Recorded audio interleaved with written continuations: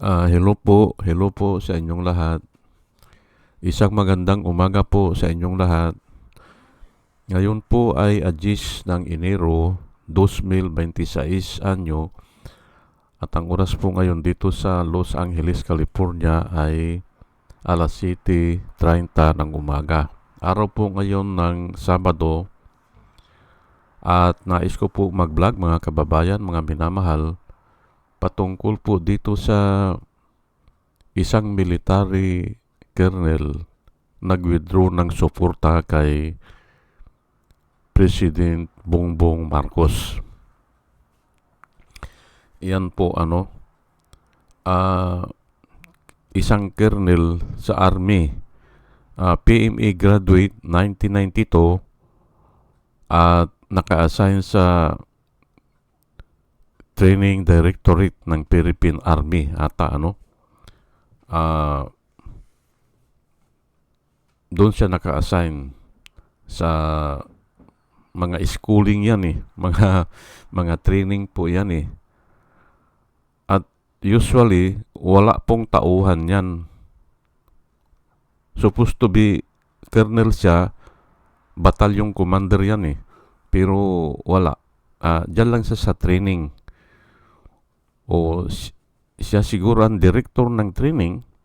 Ayan at yung mga tao dyan nag-i-schooling lang at siguro isa o dalawang buwan tapos aalis na, kaya walang tao. May mga tao siya pero mga kwan din, mga ang tawag dyan ay DI sa sa Marines, DI drill instructor o yan, mga speaker ganyan. Ngayon ay nag-withdraw siya ng support kay PBBM. Ngayon, ako naniniwala ako sa balita na dahil hindi siya na-promote sa Brigadier General. Naniniwala ako doon yun na siguro ang pinakamalapit na reason bakit siya ganyan. Yung mga kasamahan daw niya ay na-promote pero siya hindi. At magre-retire na rin siya sa itong Mayo 2026. Ngayon ay alam nyo po, karamihan ng na-assign sa mga training director ay kwan yan parang sinisilanan o parang inaalisan ng mga tauhan. Kasi nga, maraming issue yan. Maaring, yun nga, yung parang nakikita nila na dahil hindi na-promote, ay lumalaban. Yan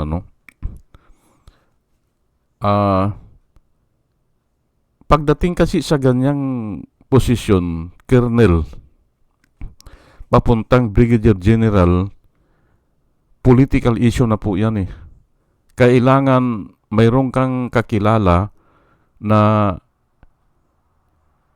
mataas ang katungkulan sa gobyerno. Opo. Kahit saan dyan, anong branch yan, pwede niyang ilapit yan para ikaw ay maging Brigadier General. Ay wala tayong magagawa doon kasi nga ay customary po yan Kailangan may maglakad. Marami akong kakilala na colonel, talagang hanggang doon na lang sila. Pero magagaling. Pero talagang ganun kung walang maglalakad sa'yo, yun nga, political issue na kasi yan dyan sa military. Kaya wala siyang magagawa dyan. Ngayon, o baka na-identify siya doon sa dating administrasyon, ay talagang ganun nilagay siya dyan sa training lang. Ngayon ay nag-withdraw siya ng support, hindi maganda yan. Hindi maganda yan at Biblia po ang gagamitin ko. At habang binabanggit ko po yung mga Bible verse, magbibigay ako ng mga example na alam ko na nakikita natin o nakita natin. Ayan po, no? So, ano po ang nilalakad ko dito? Hindi pwede yan na nasa active service ka o active duty ay sasabihin mo na mag-withdraw ka ng support. At saka hindi pwede yung personal. Wala namang pinagkaiba dyan eh. Ano ang kaibahan na military ka at saka personal mo decision yan? Hindi mo mahiwalay yan unless na patay ka na. Hindi mahiwalay yan. Yan nga ang panluloko po eh. Yan ang panluloko ng mga sabihin natin na mga attorney, kasi sa attorney nang gagaling po yan eh. Personal yan, sabi nila, wala tayong pakialam dyan, personal. Ay, hindi pwedeng ganun. Hindi mo nga mahiwalay eh. Hindi mo ma-disintegrate yan sa isang tao. Kung papaano ang isang tao ay, halimbawa lang may kaluluwa, may physical body, may espiritu na nanggagaling sa Diyos o nanggaling sa Diyos. Kung namatay ang tao o yun nga, if he breathed his last, yung huling hininga niya ay yun na yun, disintegrate yan. Opo.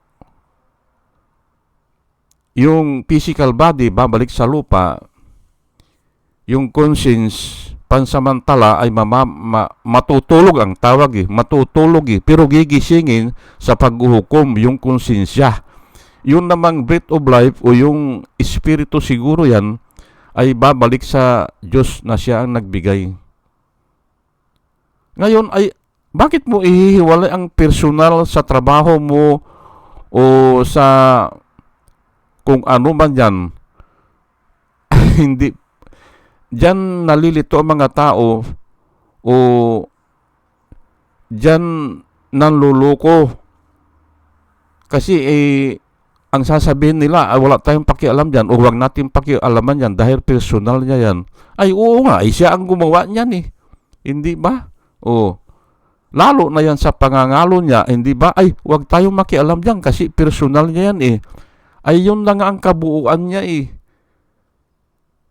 Yun ang pagkatao niya. Yun ang personality niya o yun ang yun ang yung mga palatandaan sa kanya. Yun. Hindi mo matatanggal yan. Ngayon, sa Luke 3 verse 14 ay ito pala ay ang tinanong pala dito ay sa Luke 3 verse 14, ang tinanong pala dito ay si San Juan de Bautista. Akala ko si Jesus Christ, mali yung nai-vlog ko noon. Akala ko si Jesus Christ ang tinanong. Tinanong siya ng mga tao, si San Juan de Bautista, anong gagawin namin? Sabi ng mga soldiers. Opo, mayroon din palang kabig si San Juan de Bautista ng mga soldiers. Usually siguro ito ay marami pong soldier yan eh. May soldier si Herod, may soldier yung mga Pariseo, may soldier din ang Roman soldier. May mga sundalo din siguro yung mga rebelde. Opo, ay ito ang tanong sa kanya ay ano ang gagawin namin para maligtas kami o para maka-inherit kami ng eternal life. Yun, nangangaral kasi si San Juan de Bautista sa ilog ng Jordan. Nagbabautismo, nangangaral. Ngayon, nung lumapit yung mga sundalo, ay ano ang gagawin namin? Sabi nila, para maligtas kami. Ito po then some soldiers asked him, And what should we do? He replied, do not extort money. Yun po ang sabi niya. Pinili ko po itong version na ito kasi madaling intindihin. Do not extort money and do not accuse people falsely. Be content with your pay o with your salary. Makontento kayo sa inyong mga sweldo. Yun ang sabi ni San Juan de Bautista. At huwag kayong mag-aakusa ng falsely. Kasi nga ay ino-honor yung mga salita nila eh. Kasi nga ay mga sundalo sila eh. O nasa kapangyarihan sila. Do not extort money and do not accuse people falsely and be content with your salary. Yan po yan ang payo sa mga sundalo. Ngayon ay nahagip na dyan yung do not accuse people falsely. At makontento kayo sa inyong mga salary. Ay ayan nga ay hindi siya siguro nakukontento kasi gusto niya tumaas ang ranggo. Salary din yan eh. One step siguro ay dapat tanggalin yun. Di ba? Sige, punta ngayon tayo dito sa 2 Timothy verse 2, chapter 2, verse 4.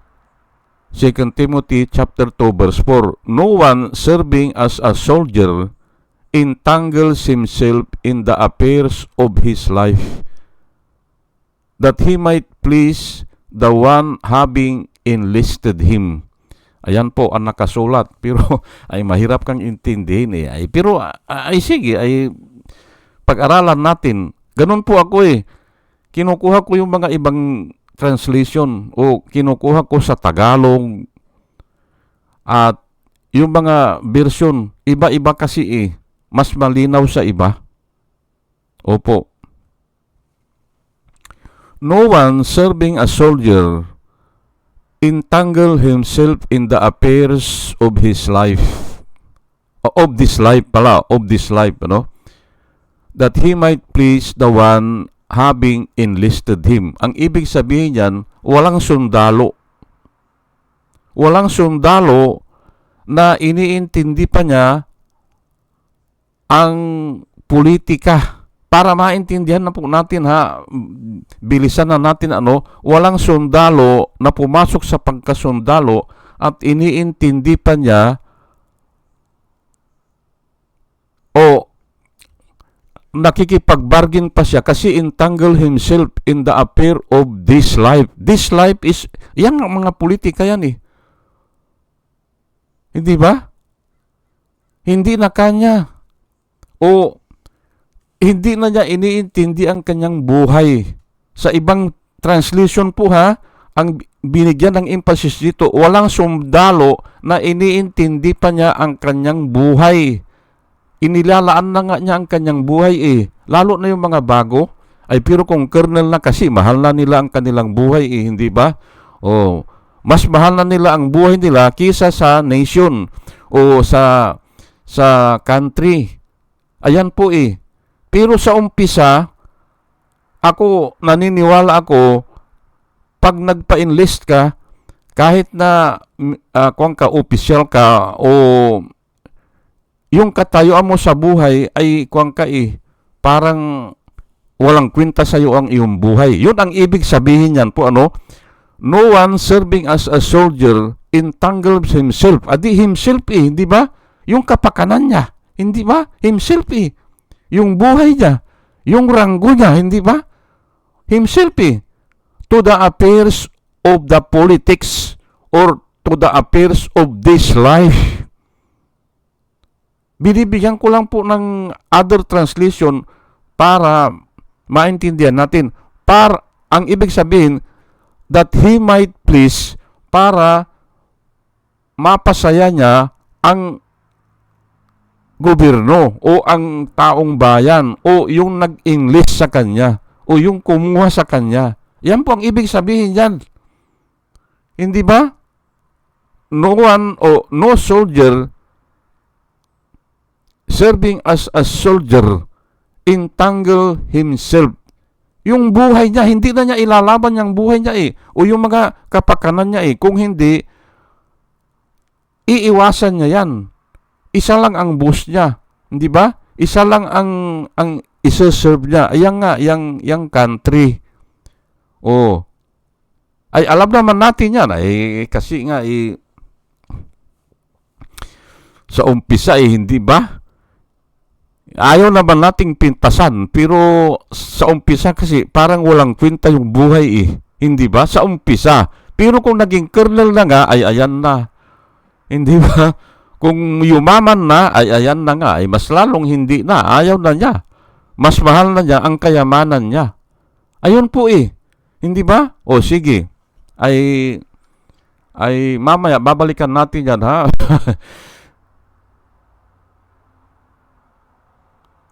1 Samuel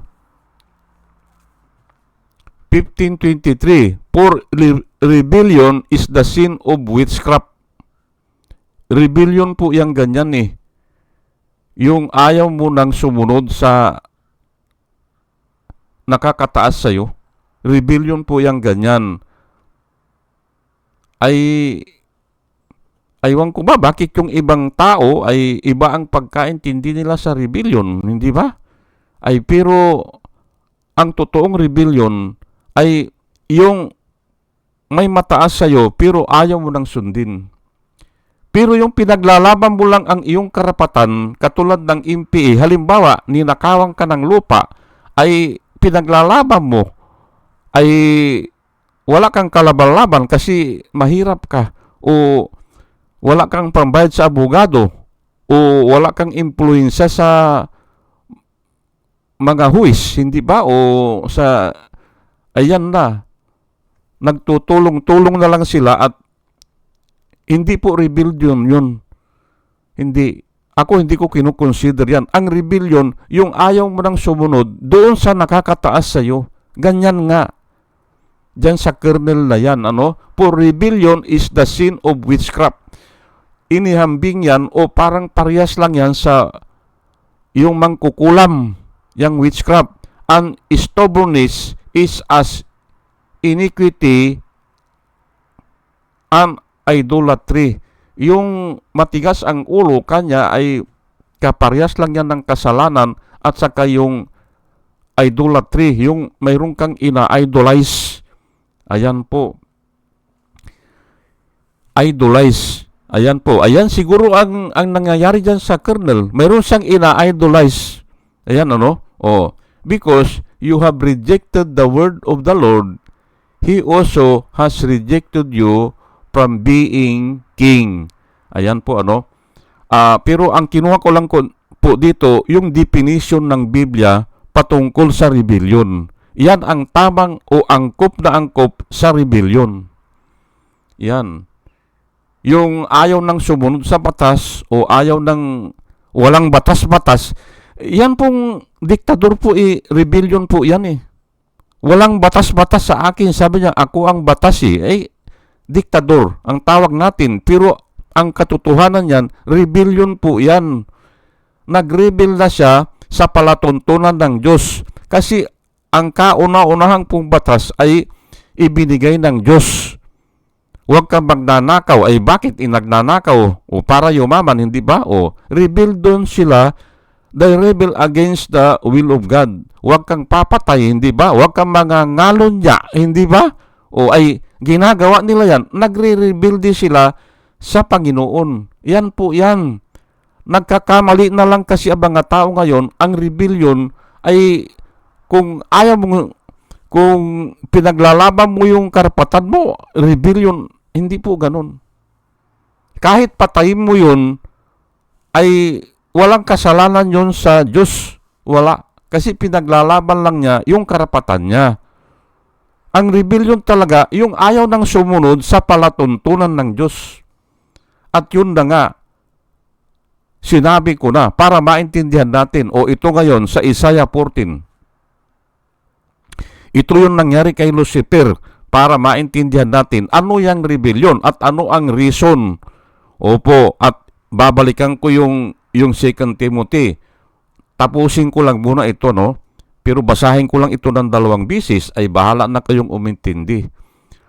How are you fallen from heaven? Yun po ang sinabi ng Diyos kay Lucifer. O Lucifer, son of the morning, how are you cut down to the ground?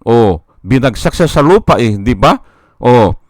You who weaken the nations, for you have said in your heart. Ayun, sinabi niya doon sa kalooban ni Lucifer, sinabi niya sa kanyang sarili, I will ascend unto the heaven. Unto heaven, sabi niya. I will exalt my throne above the stars of God. I will also sit on the mount of the congregation, on the farthest side of the north. I will ascend above the heights of the clouds. I will be like the Most High. Yet ito po ang sabi ng Panginoon, no? Yet you shall be brought down to the Sheol, to the lowest depths of the pit. Ayan po. Makikita natin dito ay ano talaga ang totoong rebellion. Ayan nga I will ascend unto heaven, sabi niya. I will exalt my throne above the stars of God. Pangatlo, I will also sit on the mount of the congregation, on the farthest side of the north. Uupo siya sa kongregasyon na siya ang mataas Susunod, I will ascend above the heights of the clouds. Ay sa bagay, nagagawa naman nila siguro. Kasi nga, mga angels sila nasa cloud sila, no? Pero above the heights of the cloud, and I will be like the Most High. Ito po ang pinakamatindi. Gusto niya maging Diyos. Hindi ba? Ayan po And yet you shall be brought down to Sheol. Yung kwan ito parang impierno na rin ito to the lowest pit, to the lowest depth of the pit. Ayan po ano ang reason ng Colonel? Gusto niya maging Brigadier General. Hindi ba? Yun ang reason niya na yan ang nakikita ko na reasonable reason niya na maaring totoo yun. Pero nga, kung ang boss mo ang nagsabi na hanggang dyan ka lang, tuparin mo yan. Kahit na i-demote ka pa. Bibigyan ko po kayo ng example na parati kong sinasabi dito. Bakit si General Torre, ang sinasabi ko noon, si General Torre, Nicolas Torre, hindi ba? Sinasabi ko na nanggagaling sa Biblia ang mga sagot niya. Dinimot siya, hindi ba? Nilagay din siya sa training directorate ng PNP. Walang tauhan yan. Nagtitraining lang yan ng mga tao. Pero anong sabi niya? I am a soldier, sabi niya. And I follow whatever my boss will command. Sabi niya, hindi ba? Biblical po, hindi ba? Bakit? No one serving as a soldier entangle himself in the affair of this politics. Pinolotika siya, hindi ba? Dinimot siya. Training directorate na lang siya. Walang tauhan yan. Hindi ba? Pero ang sabi niya, I am a soldier, sabi niya. And I follow the orders, sabi niya. Biblical po, hindi ba? Dapat ganun ang ginagawa. Kaya nga kako, hindi nila matalo si Tory Bakit? Paano mo sasagutin yan? Yang sagot ni Tory, I am a soldier. I will follow whatever you command. Ako nga kahit na 4-star general ako i-demote mo ako ng patrolman, magbabike ako, pwede sa akin. Hintayin ko na lang ang retirement ko. Hindi ba? Ganun po kung mayroon kang alam sa salita ng Panginoon. Ano sa akin? Basta sinusunod kita. Hindi ba? I am a soldier, hindi ba? A soldier, no soldier, no?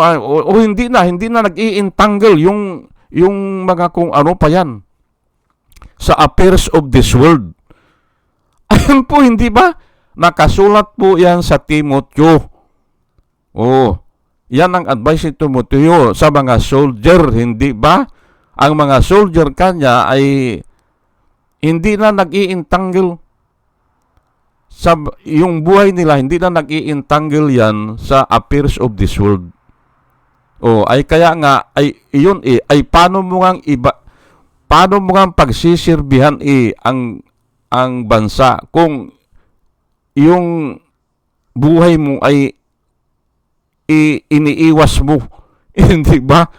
Oh, hindi ba? Ay binanggit ko lang po yan para patunayan sa inyo na mali itong ginawa ng colonel. Hindi ba? Oh, mali ang ginawa niyan.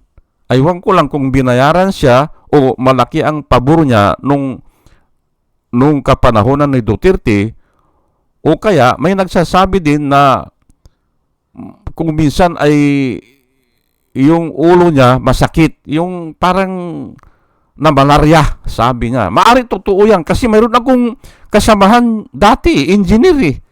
Oh, natutulog sa site eh. Kinagat daw ng lamok eh. Nagkaroon ng meningitis, hindi na niya alam ang ginagawa niya. Opo, batang-bata yan, mechanical engineer. Oh, pero nadatnang ko na ganun na siya. Pero nung naririnig ko yung mga balita, ay sa site po kami eh, ay natutulog kami sa site eh. Oh. Pero kwan talaga. Wala na siyang maalala yung kwan. Opo. Wala na. Pati yung asawa niya, iniwan na siya eh. Opo. Hindi lang siya tinatanggal sa nawasa noon kasi malakas ang kapit niya. Yan po Ngayon ay ano po ang nilalakad ko dito? Nanggaling yan kay Satanas. Yang rebellion na yan o kay Lucifer, hindi ba? How are you fallen from heaven, O Lucifer? O son of the morning, how are you cut down to the ground? Dito nga bumagsak sa lupa eh. Aywan ko lang kung pinili lang ito, hindi ba? O talagang dito siya itinuon sa lupa, hindi ba? O how are you cut down to the ground? Hindi ba? You have weakened the nations, for you have said in your heart. Ayan na nga eh. Hindi ba? Gusto niya siya ang mataas, hindi ba? Ako. Aywan ko, 5 bisis ata ito. Ako. Sabi niya, ni Lucifer. At yan ang namana po ng tao. Kaya walang pag-asa maligtas ang tao eh. Maliban na lang kung kahabagan ka ng Diyos. Kasi nga, puro ganyan eh. Pero ibang topic po yan, ang tinatopic ko lang po dito na mali yung ginawa ng kernel. Umalis ka muna sa serbisyo Hindi ba? Umalis ka. Bago mo sabihin yun. Kasi kung sabihin mo ngayon yan na nasa serbisyo ka, lumalabas na rebel ka. Hindi ba? At iyan lang nga ay sinabi ko na saan nanggaling yan o ano ang sinasabi ng Biblia patungkol yan. Kasalanan po yan. Yang rebellion kanya ay parang mangkukulam yan. Hindi ba? O sige po at hanggang dito na lang po ay sana po ay dinadalahan ko po sa Panginoon bago ako mag-umpisa ay bigyan niya tayo ng wisdom sa ating pagkikinig. At muli mga kababayan, mga minamahal, isang magandang umaga po sa inyong lahat at salamat po sa inyong pakikinig. Salamat po ng marami. Salamat po.